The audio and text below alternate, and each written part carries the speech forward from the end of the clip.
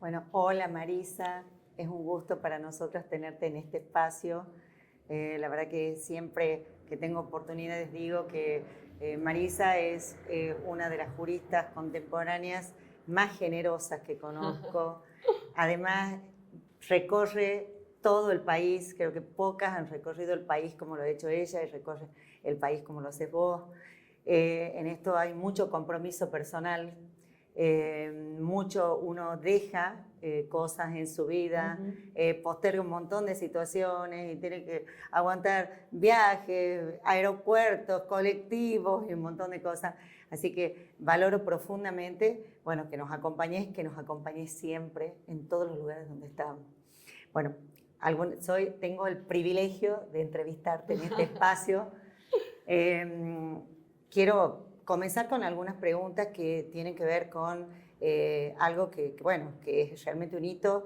Estamos cumpliendo 10 años del Código Civil, ese Código Civil en el que vos activamente has estado, has participado, has trabajado, pero ¿qué ha pasado con posterioridad a ese código? Porque ha sido todo un proceso de hacerlo, pero ¿qué impacto? ¿Cómo has notado? ¿Qué has notado vos? ¿Cómo ha sido la influencia de ese código en la magistratura, en el país, en la gente? Bueno, primero me encanta que me entrevistes. Mujeres fuertes también, ¿no? Para acompañarnos en esta idea sorora también en la construcción del saber y de generar espacios también, ¿no? Y también justamente decías esto de los aeropuertos y lo que dejamos también en otros aspectos, porque bueno, siempre lo familiar juegan las mujeres, ¿no? Digo que creo que también, seguramente en ninguna entrevista con ningún varón empezaríamos diciendo nada, ¿no? Creo que ahí también hay algo de la sensibilidad y la sororidad que también que nos une. Bueno, mira, yo creo que si vos me pones, digamos, si me preguntas, el código de estos 10 años, yo creo que primero lo más importante es revitalizó el derecho, revitalizó el debate, el animarnos a decir, bueno, ¿qué debería decir un código civil y comercial? Un código que, claro, que duró un montón, con varias reformas y con parches, pero llegó un momento donde la realidad ha sido tan compleja que ya los parches tampoco daban, digamos, y es más, te generaban la inseguridad jurídica de ser la interpretación, según el juez que me toque, ¿no? Y eso era peor para la gente, porque en definitiva era, bueno, a ver, ¿me puedo divorciar? Sí, teníamos que esperar 3 años. ¿Pero por qué tengo que esperar 3 años? Y encima había una audiencia, ¿no? Que el juez tenía que tratar de... Sí, un juez que nunca en la vida vi, que trate de arreglar... Era todo como irreal en algún punto. Entonces, según los jueces, había jueces mucho más progresistas, mucho más abiertos, que decían, miren, si llegaron acá ya ustedes saben por qué. Entonces estabas como sujeta a la diferenciación de las prácticas. Y eso generaba mucha inseguridad jurídica. Dar de nuevo nos obligó a repensarnos en clave mucho más contemporánea y moderna, pero además en clave de derechos humanos. Porque también ha sido nuestra gran bandera. Creo que lo mejor que tiene el código, sin lugar a duda, en los 2 primeros artículos, es el animarnos a abrir el derecho civil a la mirada de derechos humanos. Este diálogo constante y sonante, ¿no? Por lo que realmente se va avanzando en clave de derechos humanos, que además implica un conocimiento. Vos sois como civilista, si solamente sabes el derecho civil, no sabes nada. Está muerto. Está muerto. O sea, vos tenés que ser así. Bueno, mira, hay un nuevo fallo de la Corte Interamericana, eso también va. Hay una nueva recomendación general del Comité de la CEU, también. Y eso te da una riqueza en la formación y una mirada en la complejidad, donde una situación no es nada más un tema de familia, de una visión clásica, una mujer que reclama alimentos. No, el comité alimentario es también un incumplimiento, violación hacia los hijos, pero también hacia la mujer. Entonces, haber visto esta doble faceta de los niños, no versus la madre, no, y la madre, digamos, de hecho de las mujeres y de hecho de las infancias, nos hace dimensionar la profundidad y la complejidad que tiene y además la urgencia. Y bueno, y esas cuestiones así se puede ver en un montón de temáticas. Yo creo que el código, como siempre, si hoy uno dijera a 10 años, ¿qué le modificaría? Bueno, es que esa venía de acá la pregunta que seguía era esa. Pero que está muy bien, claro. ¿Entendés? Que te preguntes, porque además, si hacemos un derecho tan social, si no puede ser estático, de ninguna manera. Y si no te animás a preguntarte, che, ¿qué deberías también reformular o cambiar? Y está bueno también eso, porque eso habla de una humildad. Creo que hay que ser humildes en esto de las cosas que uno a lo mejor puede haber hecho mejor y no se pudieron, porque también ha sido una gran reforma, donde también pasó por un gran proceso, donde también tenías un congreso, donde tenés también una Cámara de Diputados que fue distinta a senador, un montón de cuestiones que también te iban. Ahora, en ese saldo es un saldo re positivo. Porque había cosas, cuando uno hace un megaproyecto, Vos sabés que pedís 100 y no te quedás con 100. Siempre tenés que negociar en algún punto. Y la negociación estuvo bien. Yo creo que ahí hubo, ¿por qué? Porque hubo un corazón de derechos humanos. Y consensos ¿Qué también. estuvo? Es la suma de los consensos que eran necesarios. Durante cuántos años hemos querido modificar el código y no podíamos. Tal cual. Porque faltaban los consensos. Tal cual. O sea, se han hecho intentos de, no sé, de un montón, 93, 98, 80. O sea, se han hecho durante cuántos años y Tal no cual. se había logrado. Tal cual. Y recupero también esta idea del consenso que tenemos que también ver en todos los ámbitos. Digamos, en las facultades, en el Poder Judicial, digamos, esta idea de poder construir consensos de podemos pensar diferente, pero hay ciertas cosas que nos unen y eso me parece que tiene que ser como la piedra fundamental, ¿no? Esto de empezar también a repensar en, digamos, cómo debemos tener una mirada más territorial. Sí, claro. Y eso también implica una mirada mucho más horizontal.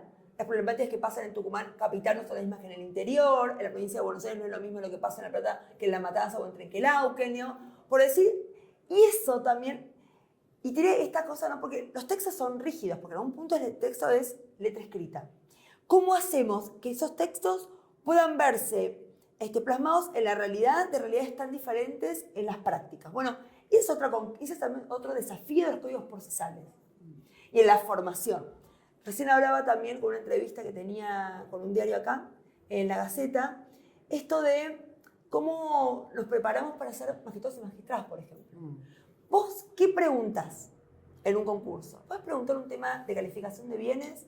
Rígido, no sé, tenía acciones de IPF y las vendió, estaban separados de hecho y si es una calificación. O temas mucho más profundos. Sí, claro. Una mujer víctima de violencia, que ¿Dónde estás parado? ¿Dónde estás parado? Bueno, ¿cómo vas a resolver las cuestiones? Si bien todo, digamos, todo proceso concursal, digamos, todo proceso de selección trae consigo limitaciones propias, nunca puedes conocer a la persona en toda su profundidad, sí hay formas que podemos hacer de que por lo menos vaya más al hueso en la formación, en la mirada, en el compromiso, digamos, y eso me parece que también son cosas que tenemos que seguir repensando y animándonos también a tener sistemas distintos, ¿no? Escúchame, ¿y el paradigma de este código? Porque yo me encanta la pregunta sí. esa, me encanta, esa es como mi pregunta predilecta. ¿Por qué? Porque todo el mundo, tenemos un código tan rico en el que todo el mundo te responde cosas distintas, que está buenísimo que así sea, pero también habla de vos, dónde pones el foco. Yo creo que, como lo dije antes, el paradigma son los derechos humanos. Y hoy más que nunca valoramos el tener un código civil y comercial. Porque hoy, en contextos tan convulsionados, me parece que tener un ancla y que arranca con los derechos humanos es también una bandera, ¿no? Y si vos me decís, en familias, bueno, el principio de solidaridad familiar, la afectividad, o sea, el afecto sigue siendo algo tan importante, ¿no? Creo que si los afectos para nosotros es lo más importante que tenemos. Los afectos no solamente los familiares, las amistades, los amigos, la solidaridad, las alianzas que generamos. ¿Por qué no lo va a hacer para la gente? Que viene a cada juzgado, bueno... Esto de también desde los afectos. Por eso yo me acuerdo cuando en temas de violencia venía una mujer y decía, bueno, ¿con quién? Vení con alguien, acompañada, no vengas sola. Que te acompañe alguien, que sea un vecino, que sea un mejor amigo, alguien que te acompañe. Porque siempre estar solo, no podés, digamos, te encapsulas mucho en tu problema, que puedas también decir adelante de otro y poder abrir también, me parece interesante. ¿Viste cómo cuando uno sale del país, cómo en otros lugares se pondera, se celebra, se toma como ejemplo al código y esto que vos decís de los derechos humanos, esto de los paradigmas, de que es un código humano, que es impresionante, que nosotros quizás, no, la gente que está en Argentina, no sé si lo dimensiona tanto, pero a veces cuando vos vas a otros lugares y toman como ejemplo nuestro código, realmente es materia de orgullo. Es un orgullo. Mira, un orgullo. Ayer justo estaba evaluando un artículo para una revista de México muy conocida, y viste que son evaluadores pareciegos, ¿no? Sí. Y es un trabajo sobre un comparativo de la codificación en América Latina en los últimos tiempos. Es impresionante cómo destacan el Código Civil. Sí, impresionante. Impresionante. Sí. Todo era, pero para consumo, para temas de responsabilidad civil, para temas de familia, para temas de vivienda, Digo, esto de corrámonos de donde estamos, porque aparte el microclima de estar acá, mirémonos desde afuera y dimensionemos que hemos hecho un gran trabajo. Yo lo he vivido porque he sido jueza sin el Código Civil y Comercial, Claro. y con el Código Civil y Comercial, y realmente nosotros, siempre digo esto, que nosotros no concebíamos, yo soy camarista civil y comercial, como vos ya sabés, pero nosotros no concebíamos la aplicación en civil y comercial de la Constitución. Claro. O sea, vengo de una formación en donde era rígido, Clásica, claro. Formación pública de derecho privado y nunca... El artículo dice eso, no Nada, no se nunca. puede, no, pero eso es injusto. No se podía. Bueno, no sí se puede, ¿no? No se podía en ese momento. Lo mismo, Claro. había gente medio zafadita como yo que lo hacía, Claro. pero no se podía. Entonces, bueno, sí, me y parece que también es me un parece logro. importante dimensionar que los códigos son también producto de determinados debates políticos y sociales, Sí. ¿no? Yo estoy convencida que nosotros si hubiéramos tenido un código de este tenor, si hubiéramos tenido matrimonio igualitario, identidad de género, un Todo montón se ha de leyes preparado. de violencia, un montón de leyes que vas preparando el terreno y el debate para admitir y abrirte a formas de familia distintas, ¿no? Creo que fue muy importante. A mí que me gusta mucho el fútbol, digo, para mí había ideas de reforma, pero la ley de matrimonio igualitario fue como Un central antes y un porque después. puso en crisis el Código Civil, digamos, que era, digamos, heteronormativo, o era un tema, digamos, binario en términos hombre y mujer, a un código atravesado por la ley de matrimonio igualitario. Sí, si mi caso son dos mujeres y hay un hijo, hay comaternidad, pero ¿qué pasa con el marido? Te fue cambiando todo, el apellido de los hijos, todo, bueno, era un dar de nuevo. Yo creo que ese fue el zapatazo final que entró al área, ¿viste? Y entró al arco en un ángulo que dijo, bueno, acá había que hacer un nuevo código y me parece que eso fue fundamental. Yo creo que fue una gran decisión política en su momento, que reivindico, la verdad, y que bueno, creo que por eso, nada, creo que en estos contextos más complejos uno dice, bueno, algún proyecto de ley que pueda ingresar, no estamos teniendo proyectos robustos, de buenos debates, ¿no? En el Congreso y que se extrañan un poco. Por ¿no? supuesto. ¿Y cómo ves a las justicias provinciales? Vos que recorres Sí. tanto... Yo quiero mucho más las provinciales que las federales. Pero bueno, en así eso, que tengo que... soy la presidenta de la FAN, tiene que decir eso. No, pero aparte vos sabés que es así. No, porque estoy convencida. si no de fuera eso. así, ni te lo diría. No, totalmente. ¿Quién más te diría que no lo pienso así? Pienso eso. Sí, lo hemos conversado varias veces. Sí, pero infinitamente. Y creo que también se paga un costo en los tribunales, digamos, los provinciales, por la muy mala prensa que tienen siempre los federales. Pero no solamente eso, si uno analiza las estadísticas, ¿no?, de confianza en la justicia, es muy baja. Y siempre se toma la federal, ¿no? ¿Y por qué? Preguntémonos por qué. Digo, y creo que también venimos de toda una ebullición hace poco con el fallo, digamos, esto de la doble vara. Digo, más allá de sin entrar a analizar los fallos, digo, sí, lo político pero es la doble vara. Sí. Entonces, ¿en qué justicia puedo confiar si no sos creíble? Si hay una cancha inclinada de entrada. Si alguien justamente publica un libro, una gran periodista dice, a ver, condenada, ya estaba condenada. Entonces digo, es muy difícil poder creer en la justicia cuando ya hay una cancha, incluso lo que tiene que ver con la imparcialidad. Que eso también tiene que ver con la confianza, la imparcialidad. Porque no es, hoy es por ella y mañana es por otro, con la desconfianza que eso también genera de un sistema que no funciona. Entonces yo creo que hace tiempo nos vemos un gran debate profundo en el campo más de la justicia federal. ¿Qué justicia queremos y nos merecemos? Una reforma judicial profunda. Yo hoy decía, ¿no? Nuestra ley 48, que es la herramienta de recurso extraordinario para llegar a la Corte, 1863. Sí, claro, una locura. No había luz eléctrica. Sí. Entonces, ¿cómo puedo ser país de matrimonio igualitario y no poder modificar el recurso extraordinario? Porque no se animan a repensarse los plazos también para la Corte, rendición de cuentas, el tema de más audiencias públicas, que haya más, digamos, sí, ¿qué hasta la mejor? transparencia del poder. Total. Claro. Y además, y fíjate que nosotros en las provincias está oralizada, casi todas las provincias están oralizadas. el cara a cara. Claro. Y está muy bien. Y tanto en materia civil como en materia, primero en materia penal, pero ahora en civil, y se ha visto el beneficio que eso implicaba y cómo también ha cambiado la audiencia. Claro, cómo ha cambiado la mirada de la gente. Pero mira, muy simple. Nos pasó un tsunami en términos sociales. Digo, hoy los telefonitos son todo, inteligencia artificial. Digo, hoy hay tantos debates. ¿Cómo tenés estructuras tan rígidas de fines del siglo XIX para aplicar al 2025? Es como imposible. Hasta nuestros alumnos que pasan por la facultad tienen otra cabeza. Te digo, tenemos que también ayornarnos, tenemos que aprender a escuchar lo que pasa en la sociedad, porque somos caja de resonancia, deberíamos ser caja de resonancia en algún punto. Porque ¿qué conflictos sociales son los que resolvemos estando desde la justicia? Lo que le pasa a la gente de carne y hueso. Entonces, bueno, y es personas donde incluso, por ejemplo, la vez pasada hablaba sobre testamento, ¿no? Bueno, ahora están todo el tema de besarlo, bueno, sobre el testamento que la vez pasada le decía a una amiga, ¿no? Qué paradoja. Sarlo siempre fue muy gorila, la adoro, pero muy gorila, y le deja lo único que tiene al portero, al trabajador. Me encantó esa ruptura, ¿no? Claro. Pero digo, ¿cómo esto de... Además, no todos somos lo que mostramos. Tal digamos, cual, porque... pero digamos, como hay algo social, digamos, ahí atrás, como que me parece como muy paradójico. Pero digo, más allá de eso, el testamento, hológrafo. Los pibes ya no escriben más. No, nadie escribe ya. Claro. Estamos a pensar el testamento digital si queremos que realmente sea una herramienta que digamos que la gente lo incorpore. Tal vez es la parte. Digamos, solo los que estamos antes de Cristo y después de Cristo somos los que escribimos. El resto no escribe nada. Pero es más, uno mismo tiene una letra horrible las pocas veces que uno escribe. ¿Y por qué? Te digo, y pongo ese ejemplo como algo mudo, pero para dimensionar que todavía nos falta acortar la brecha entre derecho y realidad.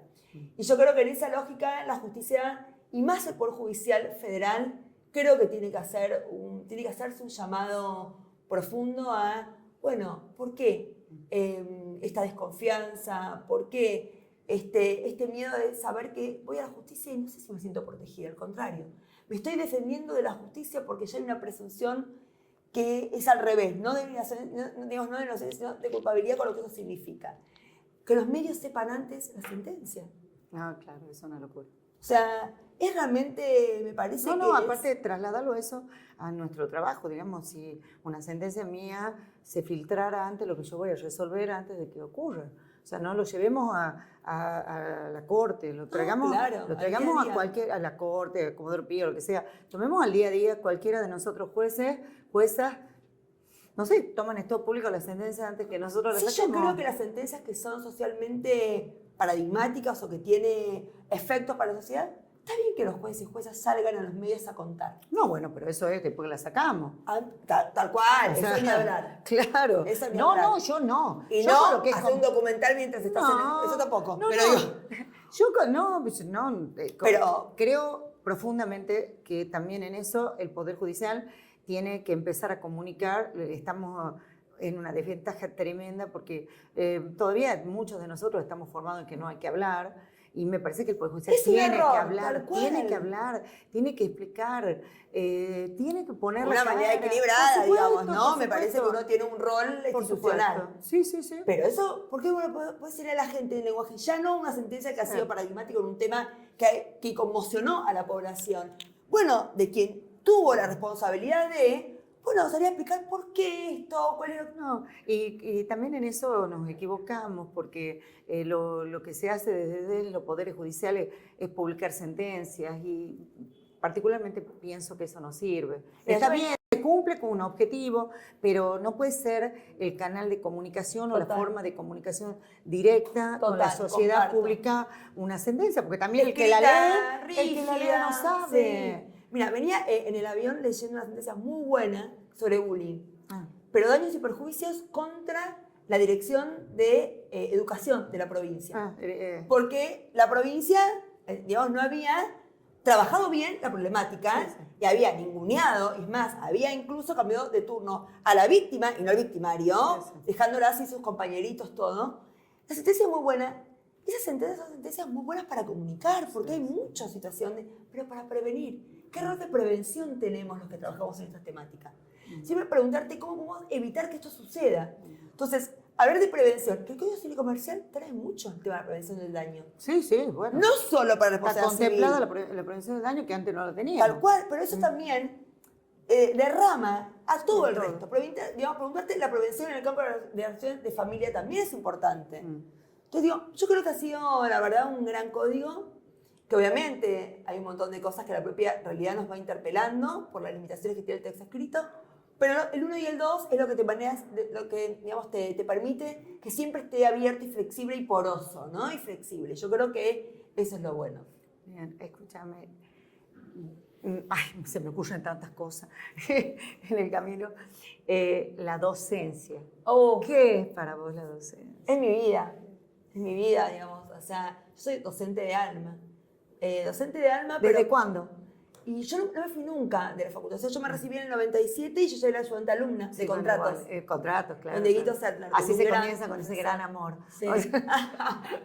Y después seguí, o sea, que no me fui nunca. Estoy inventariada con el mobiliario, le digo. Claro, O sea, claro. entro a la facu y me conozco lo de seguridad, Sí, claro, todo. claro, me pasa o sea, igual, claro. todo el mundo. Y Además, me acuerdo, lo que se produce cuando uno da clases en la facultad. hermoso. Pero además también, ¿sabes qué? No solamente por las temáticas, ¿no? Porque uno mismo, yo me acuerdo que la vez pasada estaba diciendo, no, bueno, porque tal cosa parece Roberto Galán. La cara de mis alumnos. ¿Sabes ni quién es Roberto Galán? No tiene Claro, se me cae una sota. Claro, ¿por qué? Porque claramente uno tiene que incorporar, digamos, claro, si decía Wanda y Cari, ahí entendían todo, bueno, ¿viste? No, bueno, yo este año comencé con Wanda y Carlos. Claro, hay que incorporar. No, sabés, con Colapinto, cuando Colapinto perdía el Mundial de Karting. O sea, yo me ayornaba. Claro, con la pérdida de totalmente chance, ayornada, ¿viste? totalmente Claro. ayornada, claro. Bueno, y me parece que también tiene que ver con animarnos también a ver, digamos, este vínculo con los alumnos que también te van haciendo mejor persona, digo, mejor docente en esta idea de el intercambio con ellos. Yo creo que la facultad es nada más y nada menos que la formación. Yo siempre digo que yo en familia puedo dar nulidad de matrimonio, pensé que me casaba con Juan y era José. ¿Cuántas veces te confundiste el tipo con quién te vas a casar? Lo conozco hace 1000 años, más la noche de boda no pasó nada del pedo que teníamos. O sea, la realidad es otra. Claro. Ahora, y tardo, a lo mejor 2 clases tardan en dar nulidad de matrimonio por vicio de error en la persona. Dale. Claro. Esas 2 clases, violencia de género, lo que tiene que ver con alimentos, lo que tiene que ver con perspectiva de género, hay temáticas reales que le pasa a la gente, discapacidad, salud mental, digo, un montón de temáticas, adultos mayores, digamos. Entonces digo, ¿cómo no voy a ocupar esas clases que tenemos? Porque también, ¿qué contenido das? ¿Cómo lo das? Y cómo, también, incluso con videos, porque es muy difícil, si no es artículo tal, los artículos son fríos. Vos tenés que mostrarle también videos y cosas que los chicos puedan al menos en el aula incorporar. ¿Cómo ha cambiado? Vida ¿no? real, tal cual. ¿Cómo ha cambiado? ¿Cómo los desafíos que se nos presentan como docentes en el día a día cuando tenemos que dar clases? Y los chicos son críticos, porque yo tengo a mis hijos que estudian en la Facultad de Derecho, los dos en la UBA, me dicen, mamá, este docente vive en Narnia. O sea, y tienen razón, y está muy bien. Y por eso las encuestas después, a muchos, le va mal. Sí, claro. Que es más fácil pelearse con el sistema que preguntarte, che, si tus alumnos mismos te puntean mal y dicen cosas, pregúntate por qué. ¿Por qué? A mí sí que me adoran, No. pero que ponen, es muy exigente. Y sí, en eso sí. Y bueno, pero bueno. Por eso no se me anotan todos, se me anotan algunas que realmente les gusta, familia, porque también hay una responsabilidad en la formación, digamos. Y creo que ahí hay que tomar conciencia, ¿no? de la responsabilidad que nos cabe como docente. ¿De qué manuales? Hacer manuales. O sea, el manual mío arranca con los derechos humanos como base, bueno. Y eso también tiene que ver con otros que arrancan por estado de familia. Digo, con el concepto jurídico de familia. No, es un concepto digamos, social. Y desde ahí tenemos que empezar, ¿no? Entonces, bueno, yo creo que también ahí hay una apuesta, una formación docente muy... Sí, profunda y distinta. Y hay una pregunta que me encanta a mí. Bueno, hay tantas que te haría, vuelvo a eso. Pero vos enseñabas contrato. Sos de una familia que podríamos decir económicamente acomodada, una buena posición económica. ¿Cuándo has hecho el clic? O sea, ¿vos cuándo te has dedicado... ¿O cuándo has pensado todo esto que decís en clave de derechos humanos, en clave de familia? Qué hermosa pregunta. O sea, ¿cuándo has hecho el clic en tu vida? Qué hermosa pregunta. Mira, yo tengo un padre, bueno, mi mamá tiene Alzheimer, pero tengo un padre que nos sentó, a mi hermana y a mí. Bueno, muchos años, mi hermana es Paloma Herrera, fue bailarina clásica muchos años. Nos sentó y nos dijo, chicas, ustedes van a vivir de una manera y pensar de otra. Yo fui a colegio público, mis mejores amigos eran, digamos, donde la escuela pública en ese momento era realmente todo lo social estaba ahí, ¿no? Y siempre me dijo, y sos una privilegiada. Y también repensarme en ese rol, digamos, también me ayudó a ser humana. Y siempre tener una inclinación, claramente tengo una formación de justicia social y tengo una formación en clave de esto de la vulnerabilidad y las injusticias, como algo que no me lo puedo permitir. Entonces, estoy atravesada por esa enseñanza. Yo hice cine. Ah, mira. Yo hacía cine porque esto dentro de un necesitaba... rato, entonces. Sí, necesitaba entender... O sea, vos podés tener el mejor actor. Sí, pero si no, Pero si tenés un mal camarógrafo, un mal director, una mala iluminación, un mal sonido, la película pierde brillo. La única forma de que las transformaciones profundas se hagan es cuando tenés grandes equipos. Y todos valen un montón. Entonces, esa mirada en la construcción mía, muchas veces apañada, digamos, en algún punto por una familia totalmente social, con viejos totalmente comprometidos con lo social, ha hecho que, bueno, no podía pensar de otra manera. Por supuesto. Entonces, les agradezco siempre a ellos el haberme hecho mejor persona y el sentir también que aquel derecho es el que se anima, no a mirar a verse uno mismo. Ya uno se lleva a uno mismo todo el tiempo. Creo que lo mejor derecho es poder animarse a ver a realidades tan distintas y diferentes, con historias de vida mucho más duras, realmente duras, con mucha vulnerabilidad. Una es una privilegiada y por eso siempre hay que pensar primero en los que menos tienen, porque eso también nos hace ser coherentes con los derechos humanos, en definitiva. Es la coherencia entre lo que pensamos, decimos, hablamos y hacemos. Nada más que eso. Creo que ese es el cierre perfecto. Muchísimas gracias, No, Marisa. Ha sido un ustedes. gusto tenerte acá. Muchísimas gracias. Placer enorme.